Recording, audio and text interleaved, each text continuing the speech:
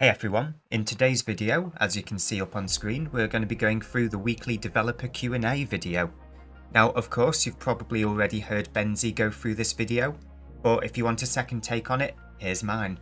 Without any further ado, let's get started, shall we? So, question number 1. In the future, with the introduction of extra corp buildings, will you be putting those blueprints in the Corporation Clash, or in Concord Pass? Since previous updates, we have gotten something similar to get more players to interact with it. Thank you for your interest to the game, but currently we do not have any plans to do so. So, yeah, basically the developers aren't letting us know just yet how we're going to be getting the new blueprints for the corporation buildings. Would be a bit premature of us to ask how we're going to get them when they're not even, even about to be released. The next update, of course, is about ships. So, yeah, not much to say there. Let's move along, and this one looks like quite a hefty one. Now, interdictors, especially destroyers, are heavily abused by roamers as they can pile the bubbles up to extend its range, with little to no cooldown or number limit, as they can freely warp in, launch the sphere, warp out instantly to a save point a few hundred kilometers away, pardon me, I had to burp a little bit there, and then warp in to launch another one in front of the target ship to keep it synchronized. Yeah. I hate it when people just completely use the wrong words and completely change the meanings of a sentence.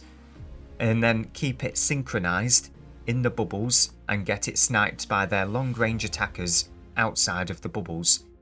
I suggest to limit interdiction sphere numbers can be launched or activated in an area at one time, like how you cannot jettison items when there are too many wrecks or boxes nearby.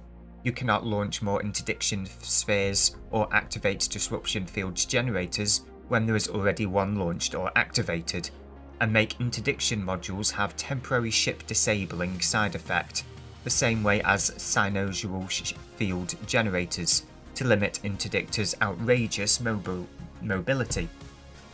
So the answer, limiting the number of interdiction sphere wouldn't necessarily solve this problem. We will continue to observe the performance of interdictors in battles and analyse their impact. If necessary, we will make appropriate balance adjustments.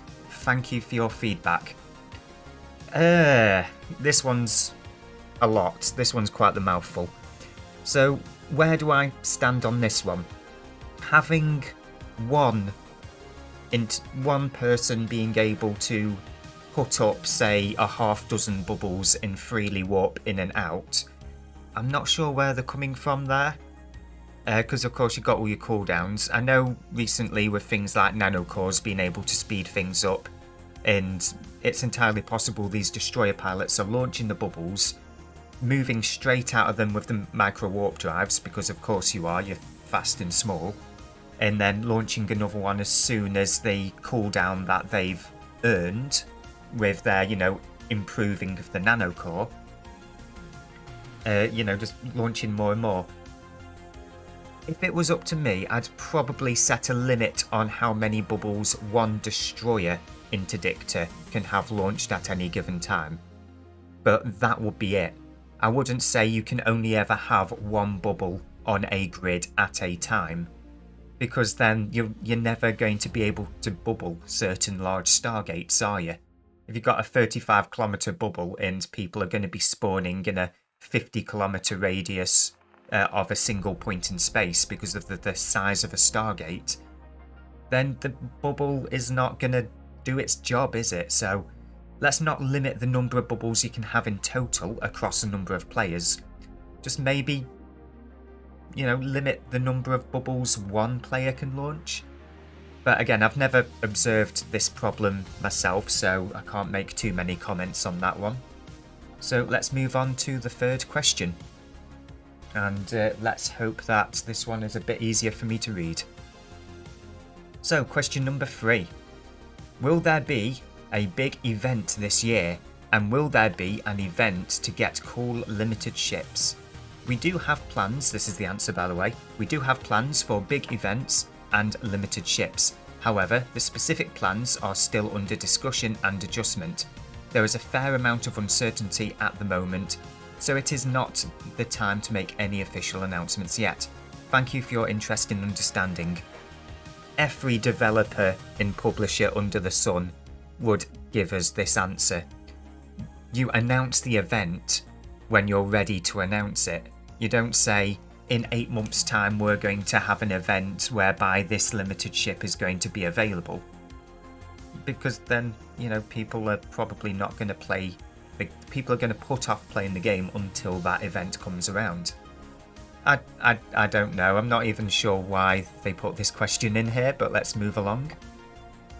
Are there any plans to tell the AI which modules should be activated or not? Right now it's cycling every module, which is mostly not needed, since it's better to have it running continuously like a signal amplifier. And the answer? The understanding cost and operation requirement for this feature are high. It may cause losses due to improper operation, therefore we currently do not have plans to add this feature. This one's kind of broken English, but I think I can tell what they're trying to say. So the first sentence, the understanding cost and operation requirement for this feature are high. I think this is talking about the amount of development time they might have to put into this. I'm kind of guessing here because the English is a little bit broken. It may cause losses due to improper operation. What they're saying here with the improper operation is if you set your phone up, set the AI off, and then leave your phone for 8 hours and just presume everything's going to be all hunky-dory, I think that's what they refer to as improper operation. My understanding of the AI as I've been using it so far is it's meant to be a hands-off supervised experience. So whilst you're doing the chores or playing another game, watching something on Netflix, whatever it may be, you have it nearby just to keep on glancing at. And every time something isn't happening the way you want it to, say you're down to 30% armor and your armor repair is not on, just press the button. If your AI is timed out because you've run out of encounters, just press a couple of buttons. My understanding is it's meant to be a supervised experience whereby you just press a button every now and again. So they do not have any plans to add this feature with regards to optimizing the AI. I'm happy with that, to be honest. We've still got to have a reason to play the game, and this is coming from somebody who is making frequent use of the AI at the moment. It could be better, but I kind of don't want it to be better, if that makes any sense to you. So let's move along to the next question. And yeah, we seem to have quite a handful of questions this week. Pardon me, just trying not to burp too loudly into the microphone. Alright, next question. What will fill empty slots of newly updated Concord Pass, or will they be filled with something? My suggestion is AI Nanocore upgrade material boxes, the tier 4 ones. Right now they are quite hard to get. Answer. We currently have no plans to fill these empty slots with AI Nanocore upgrade materials, but players can get them in the Concord Pass store. Yeah, these empty slots, but I know they're empty, but that's just because they've just shuffled around a bunch of the rewards. Some of the empty slots are empty because their reward was just doubled up in another, levels rewards. We're not missing any rewards, and the developers certainly don't have to put more things in there. It would be nice if they did, but anyway, yeah, not much to say about this one. Now, this is a very curious question, and I say curious because of the language that it's been put to us in. In these Q&As, for the most part, from what I recall, they've always been written in English. Of course, well, I say written in English, they've always been published to us in this format in English. But for some reason, the question, we have its original,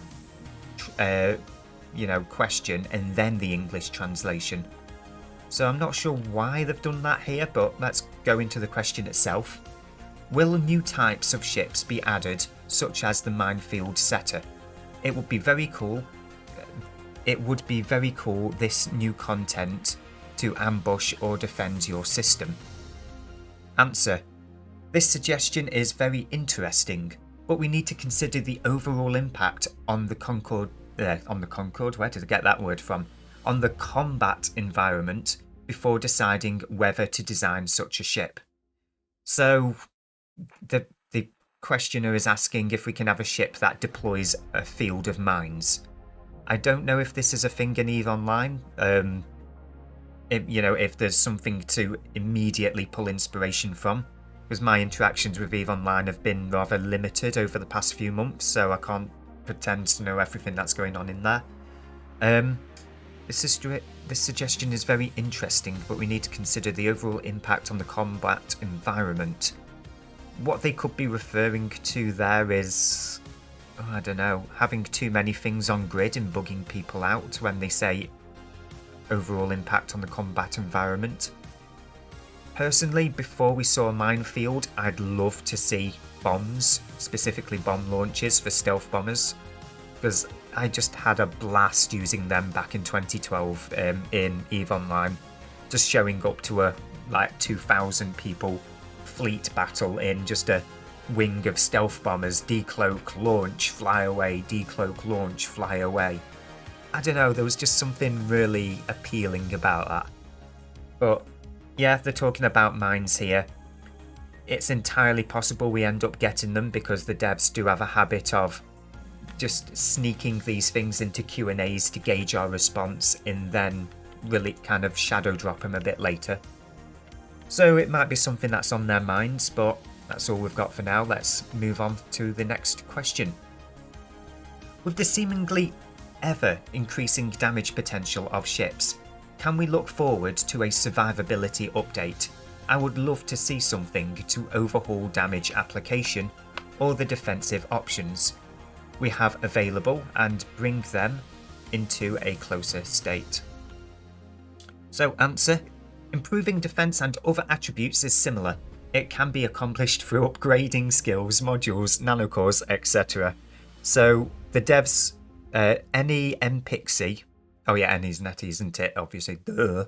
So NPixie here, I think he's kind of misunderstood the question. What he or she has interpreted the question as is, how do I improve the defensive capabilities of my ship? So NPixie has responded with, this is how you do it. You train your skills, get better modules, and upgrade your nanocore. What the question is actually asking is, because DPS numbers have been going up and up and up and up, with consequent feature updates like implants and nanocores and new skills and so on, if they could have a look at rebalancing everything so that things don't die quite so quickly. So yeah, not much of an answer to pour over here because it's been ever so slightly misunderstood. Let's move on to the very last question.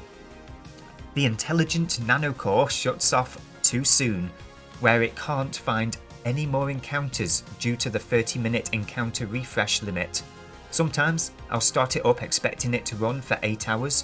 When I get back later, I find that it stopped after only 1 to 3 hours. Please make it so that the intelligent nanocore waits longer before shutting off, or that the encounter refresh limit is lowered to around 15 minutes. We currently have no plans to make adjustments in this regard. Players can try changing their filtering conditions, such as not limiting to local encounters only. Now, this comes back to the earlier AI nanocore question where I stated that it is meant to be a supervised experience.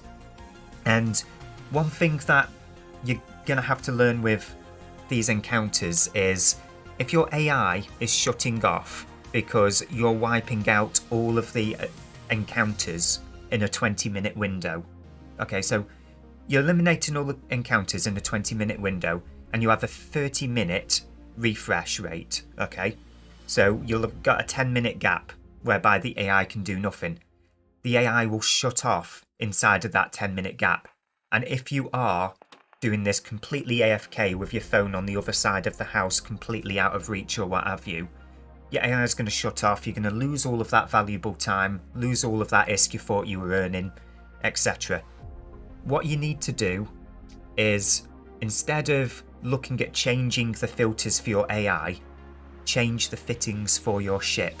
If your ship has an overall abundance of DPS, and you're clearing the anomalies,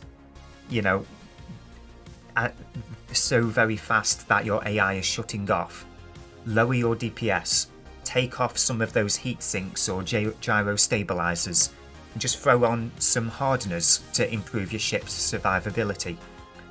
The reason why I'm making this suggestion is the slower the ship completes all of these different encounters, then the less likely your AI is going to shut off. Seriously, this is what I do with my Bolgorn at the moment while I'm in high sec. It works. It works completely fine. My AI will, in about 7.5 hours, complete all 50 encounters for the day, but never shut off, because I've lowered my DPS, so the AI never has an opportunity to switch off. See where I'm going with this?